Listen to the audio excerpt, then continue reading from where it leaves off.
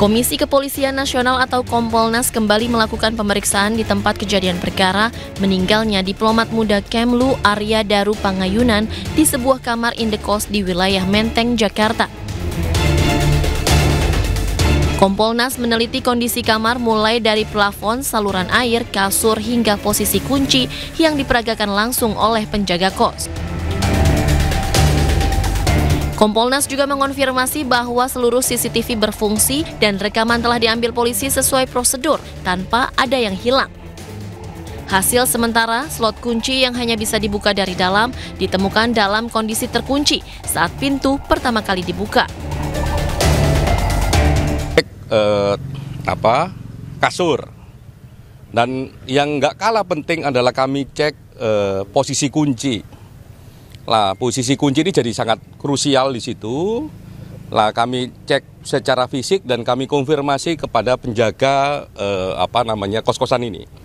Karena beliaulah yang membuka pertama kali, terus kami minta untuk diperagakan posisi kuncinya. Jadi ada dua kunci yang memang terpasang di pintunya, bisa dibuka dari luar maupun dari dalam. Ya, terus kunci yang memang ada di dalam yang bentuknya slot, yang itu hanya bisa dibuka atau dikunci dari dalam. Lah, saya nanya ini posisi kunci yang slot, terutama yang slot ya, yang hanya bisa dibuka dan ditutup dari dalam, itu posisinya terkunci. Jadi kami tadi konfirmasi langsung ke penjaganya, kan ada video juga, kami cek videonya, kami konfirmasi ke dianya, waktu dibuka posisinya terkunci. Selain itu, pihak Kompolnas menegaskan bahwa Kompolnas tidak menggantikan peran polisi, namun memastikan setiap prosedur penyidikan sesuai standar dan berjalan profesional. Sementara penelusuran data dan hasil visum maupun autopsi masih menunggu hasil lengkap dari pihak kepolisian dan tim medis. Dari Jakarta, Jen Cahyani, Fakih Satrio, iNews melaporkan.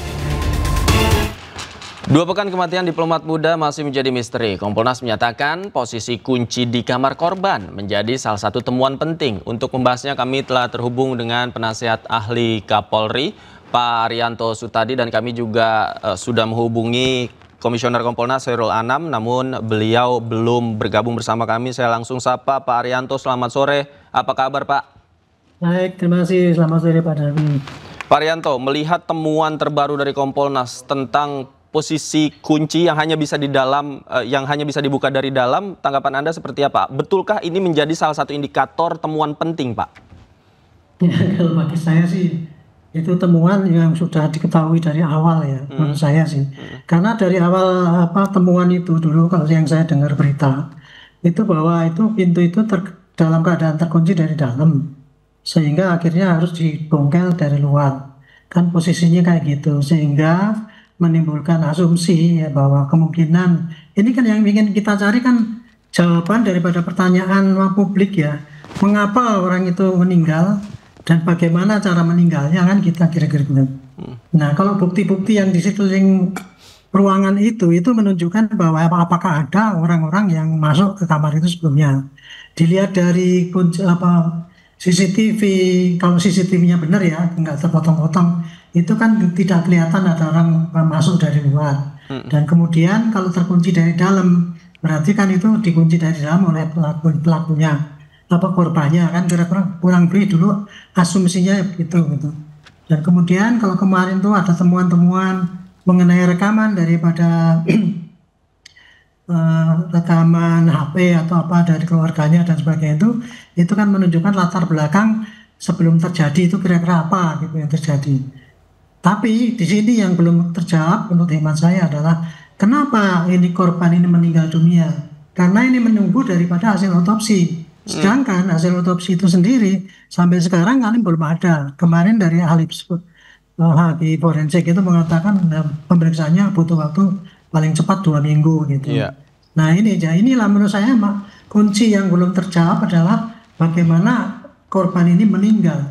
Itu menurut saya itu harus diketahui lebih dulu gitu ya, sehingga kita bisa memastikan orang ini meninggal karena keracunan atau meninggal dibunuh atau meninggal karena kecelakaan itu bisa terjawab daripada hasil otopsi yang ada itu gitu. Oke. Jadi disitulah nanti kita bisa mengembangkan bukti-bukti yang tambahan itu tadi apakah signifikan apa tidak. Itu kurang lebih. Oke, Pak Rianto, tadi seperti yang Anda katakan sebenarnya dijanjikan 2 minggu ya hasilnya keluar. Ini juga sudah hampir 2 minggu atau mungkin lewat dari 2 minggu. Nah, apa sih menurut Pak Arianto bukti-bukti yang memang saat ini bisa menyempurnakan dari hasil penyelidikan polisi, Pak? Bukti-bukti yang menyempurnakan hasil itu menurut hemat saya ya. Karena ini nomor satu kan yang mesti jawab kan kenapa dia meninggal gitu. Ya. Nah kemarin dikatakan bahwa datang ke TKP itu sampai 3 kali. Estimate saya ketika pertama kali dilakukan visum ataupun otopsi itu dulu kurang lengkap sehingga harus diulangi lagi. Dan belakangan kemudian adanya hipotesa-hipotesa yang lain yang mengatakan bahwa ini orang meninggal karena yang ditutup dengan lakban ini mungkin karena kasus tertentu gitu ya, sehingga ini mungkin dibutuhkan bukti-bukti yang lebih detail daripada hasil otopsi itu gitu, sehingga timbul wacana segala kan itu apakah perlu pakai ekshumasi apa tidak gitu. Jadi ini lebih lamanya itu karena mungkin ya kalau bisa saya ketika pertama kali olah TKP itu kurang mateng gitu Pak, sehingga terpaksa harus ditambahin lagi dengan temuan daripada perkembangan ini ditambahin lagi, kira-kira gitu yang bikin waktunya lama. Oke, kalau analisis Pak Arianto sendiri melihat konstruksi perkara, kemudian juga situasi di TKP, melihat ini memungkinkan tidak ada orang lain yang berada di ruangan yang sama dengan korban? Kalau saya lihat hasil yang terakhir ya, dan itu misalnya itu CCTV itu siapa yang seperti apa yang disampaikan oleh polisi itu memang seperti itu gitu ya. Terus kemudian kondisi apa itu waktu didongkel dan sebagainya itu saya ya kalau memang dari bukti-bukti itu kelihatannya sih tidak ada orang luar ya, kelihatannya kalau dari bukti yang itu. Sayangnya kita kan sekarang kita banyak publik yang mempertanyakan, kemarin saya diskusi di televisi itu dicurigai bahwa polisi itu menyembunyikan data-data yang sesungguhnya itulah kayak gitu. Seperti itu yang saya nggak bisa menafsirkan. Tapi kalau berdasarkan daripada fakta yang disampaikan oleh polisi yang ada, kelihatannya masuknya orang luar dari dalam itu kok kecil ya. Kemudian sehingga kemungkinan yang terbesar adalah orang itu mati kecelakaan atau karena sakit atau karena apa gitu. Oleh karena itulah kalau saya ini sangat berharap apa hasil daripada otopsi itu sehingga tidak menimbulkan spekulasi perkiraan-perkiraan yang kesana kemari gitu ya, sehingga bisa membingungkan orang gitu. Intinya ini butuh kecepatan daripada penyidik untuk segera menyimpulkan kira-kira meninggalnya kenapa gitu. Oke, kalau dilihat dari informasi yang beredar khususnya di media sosial Pak tentang asumsi masyarakat ada kaitannya dengan kasus lain dan lain sebagainya, mungkinkah ini juga didalami oleh penyidik Pak? Iya. Polisi selalu ya tidak boleh mengharapkan dari satu hipotesa. Jadi pasti semua itu dikembangkan Pak. Bukti-bukti ya, meskipun kita sudah yakin bahwa ini kemungkinan karena kecelakaan ataupun karena sakit, itu masih tetap juga bukti-bukti yang lain itu dikembangkan Pak.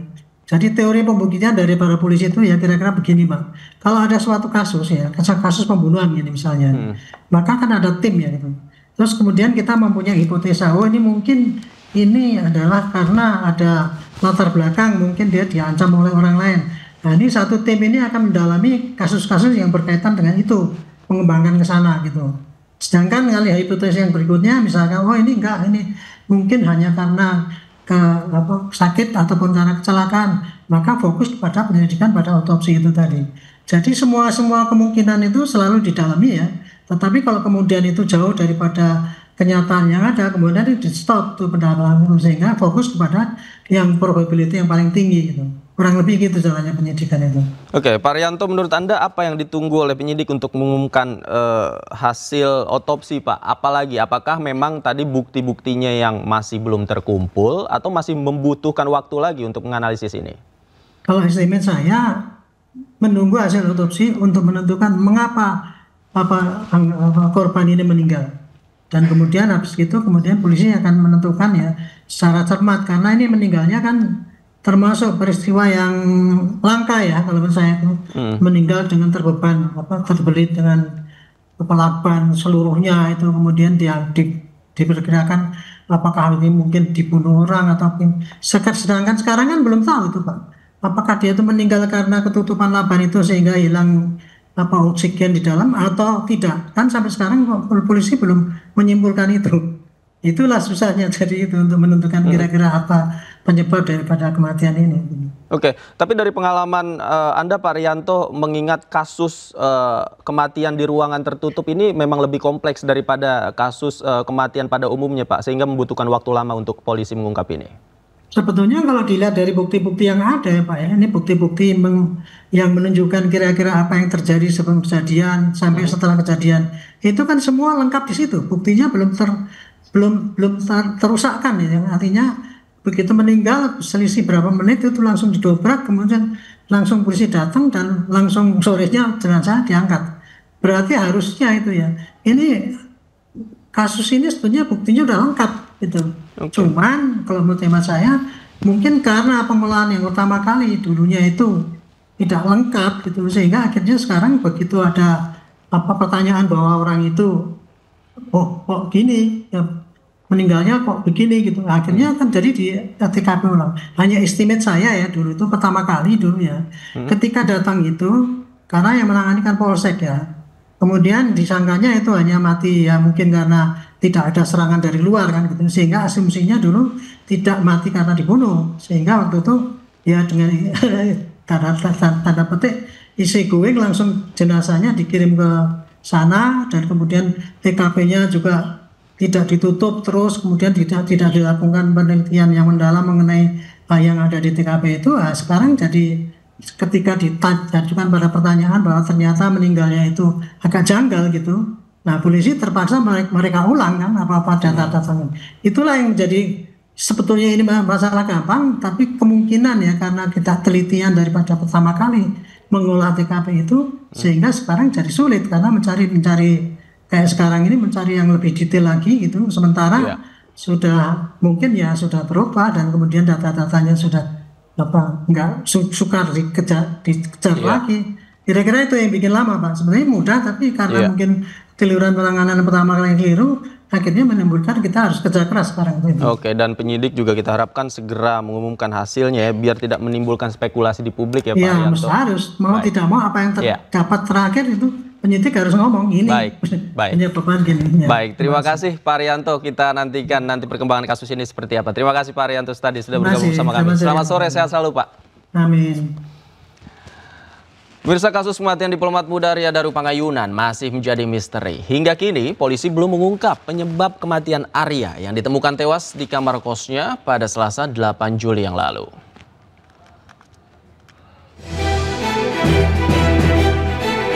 Kematian diplomat muda Arya Daru Pangayunan yang ditemukan tewas dalam kondisi kepala terlilit lakban di kamar kosnya masih terus menyisakan misteri. 2 minggu sudah, namun polisi masih belum mengungkap apa penyebab pasti kematian Arya. Sejumlah fakta dan kejanggalan kematian Arya pun perlahan terungkap. Sebelum ditemukan meninggal dunia pada 8 Juli 2025, Arya sempat berbelanja pakaian sehari sebelumnya di salah satu mall untuk persiapan tugas di Helsinki, Finlandia. Arya sempat berkomunikasi dengan istrinya malam itu, namun sang istri kemudian khawatir karena ponsel Arya tak bisa dikontak saat di taksi. Arya kemudian diketahui sempat mengambil pesanan makanan pada pukul 21.30 waktu Indonesia Barat Senin malam. Ia juga bertegur sapa dengan penjaga kos. Sebelum tidur, biasanya Arya memiliki kebiasaan video call dengan anaknya. Namun malam itu, Arya tak menghubungi istri dan anaknya. Pada pagi hari tanggal 8 Juli 2025, Arya ditemukan tewas dalam kondisi wajah terlilit lakban dan badan tertutup selimut.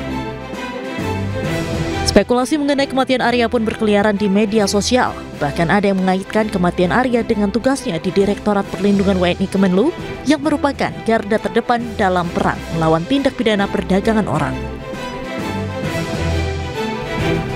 Pihak kepolisian sempat berjanji akan menuntaskan penyelidikan dalam 1 pekan.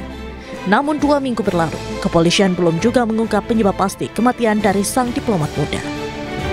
Dari Jakarta, tim liputan iNews melaporkan.